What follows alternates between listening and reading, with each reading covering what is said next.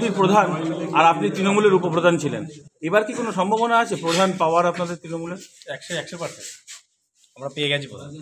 কি কারণে এটা আশা, মানে ওনার আসার পেছনে কোনো কারণ দেখছেন? তারাবাবুকে অ্যাকচুয়ালি বিজেপি নামক যে দলটা, তারাবাবু আমাদের যেহেতু এসটি রিজার্ভ, অ্যাকচুয়ালি বাবলা পঞ্চায়েত হলো টিএমসি বোর্ড গঠন করেছে, এসটি রিজার্ভ বলে আমাদেরকে বিজেপির এসটি সিট যেহেতু জিতেছে, সেই হিসাবে সুস্মিতা মুন্ডার নামে একজনকে প্রধান করা হয়েছে।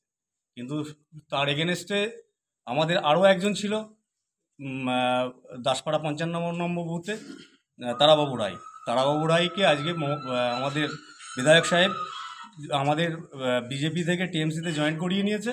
ব্যাস, আমাদের সমস্যার সমাধান হয়ে গেছে। তাহলে কি আগামী দিনে আপনারা একসঙ্গে আবার তৃণমূলের বোর্ড হওয়ার সম্ভাবনা রয়েছে? 100% হয়ে গেছে। আপনার নাম পরিচয়?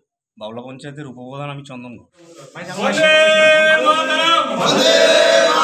তৃণমূল কংগ্রেস জিন্দাবাদ, জিন্দাবাদ, জিন্দাবাদ। মমতা ব্যানার্জি জিন্দাবাদ, জিন্দাবাদ, জিন্দাবাদ। অভিষেক বন্দ্যোপাধ্যায় জিন্দাবাদ, জিন্দাবাদ, জিন্দাবাদ। বিধায়ক বজকিশোর গোস্বামী জিন্দাবাদ, জিন্দাবাদ, জিন্দাবাদ। বন্দে মাতরম, বন্দে মাতরম। তৃণমূল কংগ্রেস জিন্দাবাদ। বাতনা দাসপাড়া 55 নম্বর বুথে আমাদের মেম্বার যিনি ছিলেন বিজেপির এসটি মেম্বার বাবলা অঞ্চলে তারাবাবু রায়, তিনি আজকে সমস্ত ওই অঞ্চলের ওই বুথের মানুষজনদের নিয়ে মমতা বন্দ্যোপাধ্যায়ের উন্নয়ন এবং অভিষেক বন্দ্যোপাধ্যায়ের সেনাপতিত্বের উপর বিশ্বাস রেখে সর্বভারতীয় তৃণমূল কংগ্রেস দলে যোগদান করলেন। কেন বিজেপি ছেড়ে হঠাৎ তৃণমূলে হয়েছে? মমতা বন্দ্যোপাধ্যায় এসটি মানুষদের জন্য যে ধরনের উন্নয়ন করেছেন, সেই উন্নয়নের পক্ষে তারাও আসছেন। এবং সবথেকে বড় কথা, যখন পঞ্চায়েত নির্বাচন হয়ে যায় তখন এই পরিবারকে আমাদের সম্মানীয় সাংসদ কথা দিয়েছিলেন যে তাকে প্রধান করা হবে। কিন্তু যাক, আজকে প্রায় 7 মাসের অধিক সময় অতিক্রান্ত এরকম কোনো ঘটনা ঘটেনি, অন্য একজন প্রধান হয়েছে। তা সেই কারণে সেই দুঃখ, সেই বঞ্চনা থেকেও তারা মমতা বন্দ্যোপাধ্যায়ের সঙ্গে এগিয়ে আসতে। প্রধান কিভাবে হতো? কারণ তাদের তো 10টা ছিল, আপনাদের 15টা ছিল। আপনার বোধহয় জানা নেই, প্রধান সিটটা রিজার্ভেশন ছিল, এসটি রিজার্ভেশন। সেই কারণে আরেকজনকে করা হয়েছিল, ওনাকে করা হয় একদম।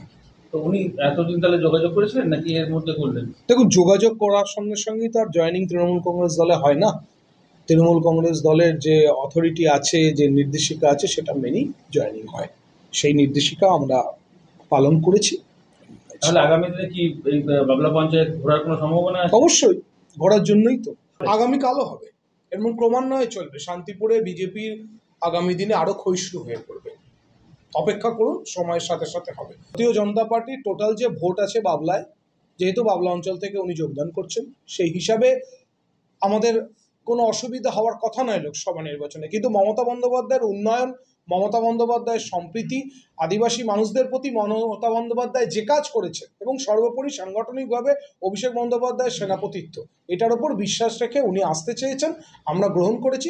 লোকসভা নির্বাচনে আশা করছি শান্তিপুরে ভীষণ ভালো ফলাফল। আজ মোট কতজন জয়েন? প্রায় 100 জনেরও বেশি বিজেপি কর্মী তাদের মেম্বারকে নিয়ে যোগদান করেছে। বাংলা অঞ্চল তৃণমূল কংগ্রেস জিন্দাবাদ, জিন্দাবাদ, জিন্দাবাদ। বিধায়ক বজকিশোর গোস্বামী জিন্দাবাদ।